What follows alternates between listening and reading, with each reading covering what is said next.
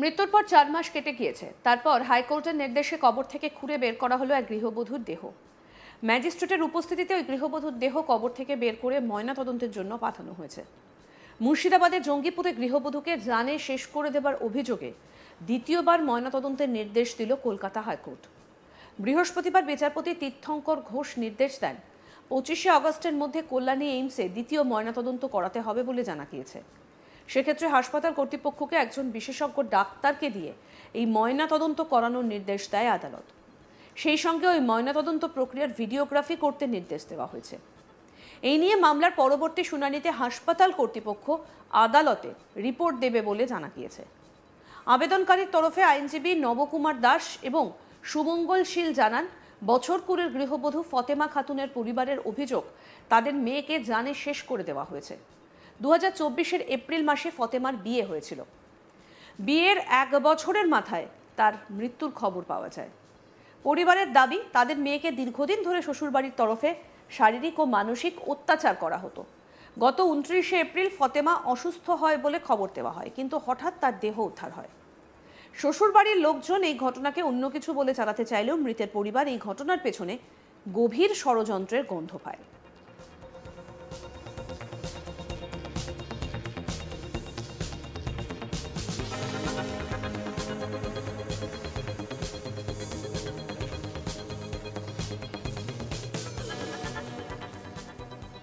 কি বলছেন ফতেমা খাতুনের মা, শুনবো।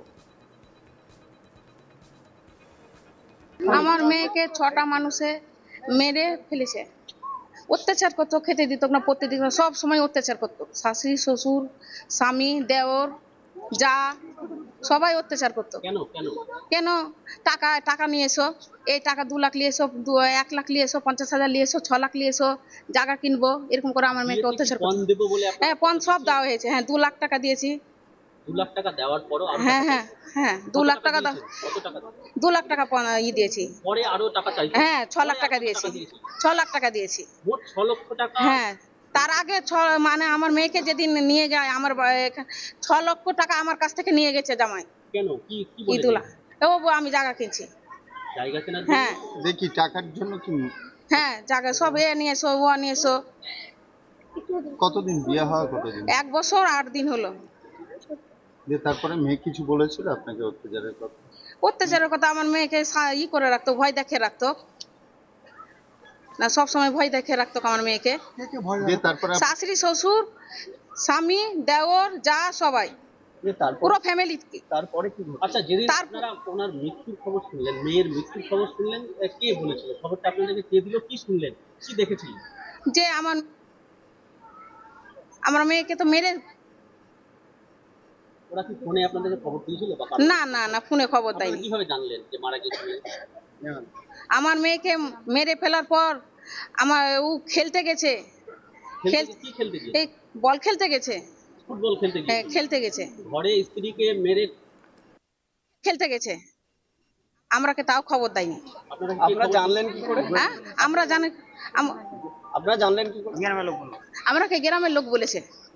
যে তারপরে এখানে তো অভিযোগ করেছিলেন। হ্যাঁ, কি এখানকার অভিযোগ কি হয়েছিল? তারপরে হাইকোর্ট যেতে হলো কেন? হাইকোর্ট যেতে হলো কেন? আমাদের কোনো সুবিচার পেলাম না, সুবিচার পাইনি বলে আমরা ওখানে গেছি। আমরা জেনে 6 জনের শাস্তি চাই। আমার মেয়েকে যেভাবে অত্যাচার করে মেরেছে, আমরা শাস্তি চাই। হাইকোর্টের নির্দেশে কি আছে কবর থেকে? হ্যাঁ, হাইকোর্টের নির্দেশে।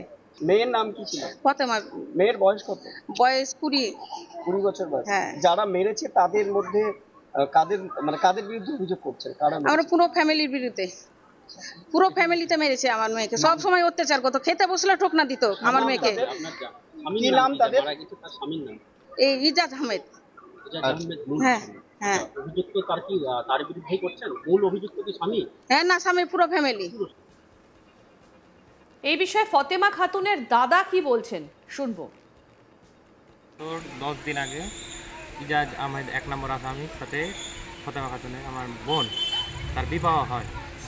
বিবাহিত যে পণের দাবি, সে দাবি দেওয়ার পরও দিন মানে অত্যাচার ওদের বাড়তে থাকছে। তারপরে আমরা বুঝিয়ে টুঝিয়ে পাঠালাম যে আমরা যতদূর পাচ্ছি পণের ওদের দাবি চাহিদা পূরণ করেছি। তারপরেও ওরা দিন দিন অত্যাচার বাড়তেই থাকছে। তারপরে 29/4/2025 সন্ধ্যা 6:20 নাগাদ শুনতে পারি ফতেমা খাতুনের শরীরে শারীরিক অবস্থা ভালো নয়। এটা আমাদের যে ওটা পরিকল্পনা করে ওরা মেরে ফেলেছে। তার জন্য জঙ্গিপুর হাসপাতালে একবার পোস্টমর্টম হয়েছিল। তার জন্য এই আমাদের এই কোর্টে কোনো রায় পেলাম না, তার জন্য হাইকোর্ট থেকে অর্ডার দিয়েছে দ্বিতীয় পোস্টমর্টমের জন্য। তো দ্বিতীয় পোস্টমর্টমের জন্য এমসে কল্যাণীতে আবার দ্বিতীয় পোস্টমর্টম হবে। কি বলবো যে না, একটাই কি যে না কোনো মার বুক না আর খালি হয়, যেন সব নাই বিচারটা পায়, এটাই, তাছাড়া আর কিছু না। এরপর কি চাইছেন আপনারা? এরপর ওদের আসামিদের শাস্তি চাই, আর কিচ্ছু না। হাইকোর্টে এখানে আমরা তো রায় পেলাম না। আমরা 3 মাস থেকে ঘুরে আমাদের কেউ কোনো কথাই শুনছে না। আমরা তো বাধ্য হয়ে তারপরে হাইকোর্ট যাওয়া। প্রশাসন কী বলছেন? ব্যবস্থা নিলে তো আমরা হাইকোর্ট যেতাম না। ব্যবস্থা যদি নিত আমরা কি হাইকোর্ট যেতাম? প্রথমে মুর্শিদাবাদের জঙ্গিপুর মহকুমা হাসপাতালে তদন্ত হলেও শরীরে কোনো আঘাতের চিহ্ন নেই বলে উল্লেখ করে হাসপাতাল কর্তৃপক্ষ। কিন্তু ওই ময়নাতদন্তকে চ্যালেঞ্জ করে কলকাতা হাইকোর্টে দ্বারস্থ হয় ফতেমার পরিবার। আগে ময়নাতদন্তের রিপোর্ট প্রভাবিত বলেও আদালতে দাবি করা হয়েছে। রবিবার সকালে কলকাতা হাইকোর্টের নির্দেশে কড়া পুলিশের নিরাপত্তায় কবর থেকে দেহ তোলা হয়। তারপরে নির্দেশ মতো দেহ উদ্ধার করে দ্বিতীয়বার ময়নাতদন্তের জন্য পাঠানো হয়েছে।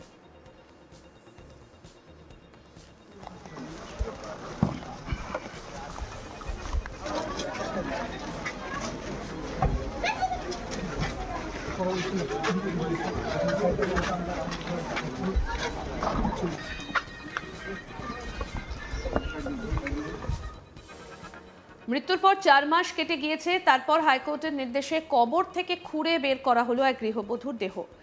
ম্যাজিস্ট্রেটের উপস্থিতিতে ওই গৃহবধূর দেহ কবর থেকে বের করে ময়নাতদন্তের জন্য পাঠানো হয়েছে। মুর্শিদাবাদের জঙ্গিপুরে গৃহবধূকে জানে শেষ করে দেবার অভিযোগে দ্বিতীয়বার ময়নাতদন্তের নির্দেশ দিল কলকাতা হাইকোর্ট। বৃহস্পতিবার বিচারপতি তীর্থঙ্কর ঘোষ নির্দেশ দেন 25শে আগস্টের মধ্যে কল্যাণী এইমসে দ্বিতীয় ময়নাতদন্ত করাতে হবে বলে জানা গিয়েছে। সেক্ষেত্রে হাসপাতাল কর্তৃপক্ষকে একজন বিশেষজ্ঞ ডাক্তারকে দিয়ে এই ময়নাতদন্ত করানোর নির্দেশ দিয়েছে আদালত।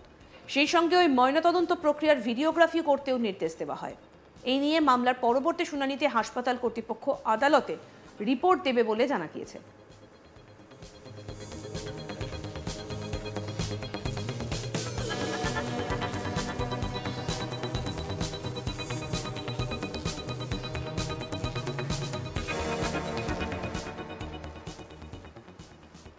আরো আপডেট পেতে দেখতে থাকুন আজ তাক বাংলা। সাবস্ক্রাইব করুন, নোটিফিকেশন পেতে বেল বাটন অপশন প্রেস করুন।